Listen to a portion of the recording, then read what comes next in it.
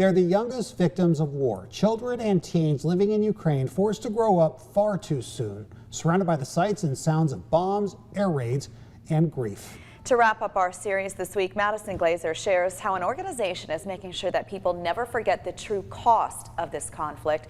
Madison, you had a chance to speak with a man who attended a vigil this summer that he says is going to stick with him forever. Absolutely, Ben and Julie. We first introduced you to the Apalachicola pilot at the beginning of July, where he's been volunteering as the only American pilot for the Ukrainian Air Rescue. It's a program that flies in medical supplies near the border and flies wounded refugees to safety. And his most recent mission took him to Cologne, capturing the somber moment. It's a very emotional thing to sit there and look at and wonder why such things can possibly take place anywhere.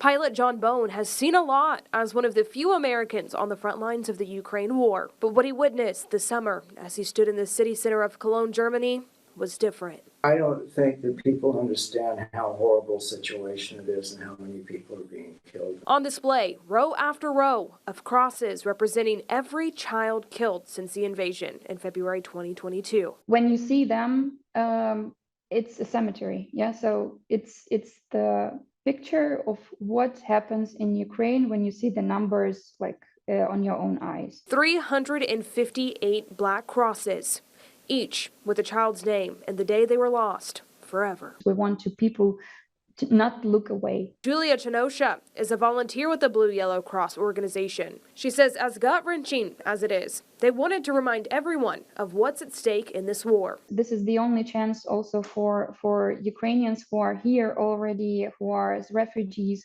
to show the Europeans that the war hasn't stopped, the war is not over, and that we are fighting. Chenosha hoping people understand it's more than just a headline. We also wanted to make people aware that it's real.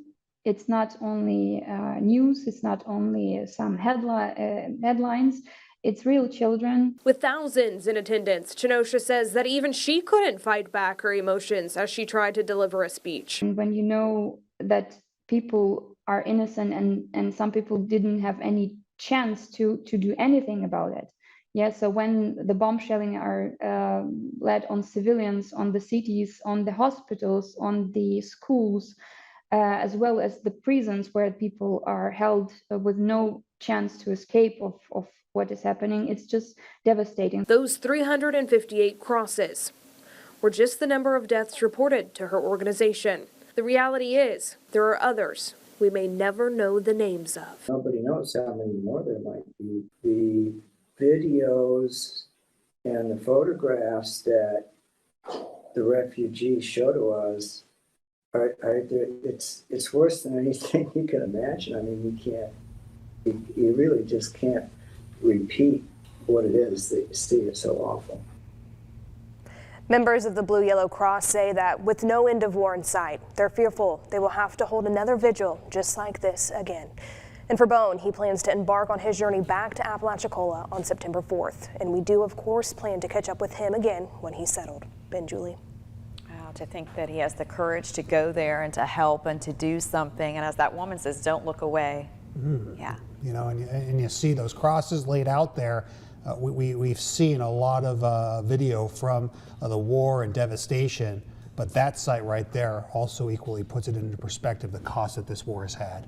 Madison, thank you so much for all of the stories you've told this week, and we know that your special will air this Sunday at 8:30 a.m.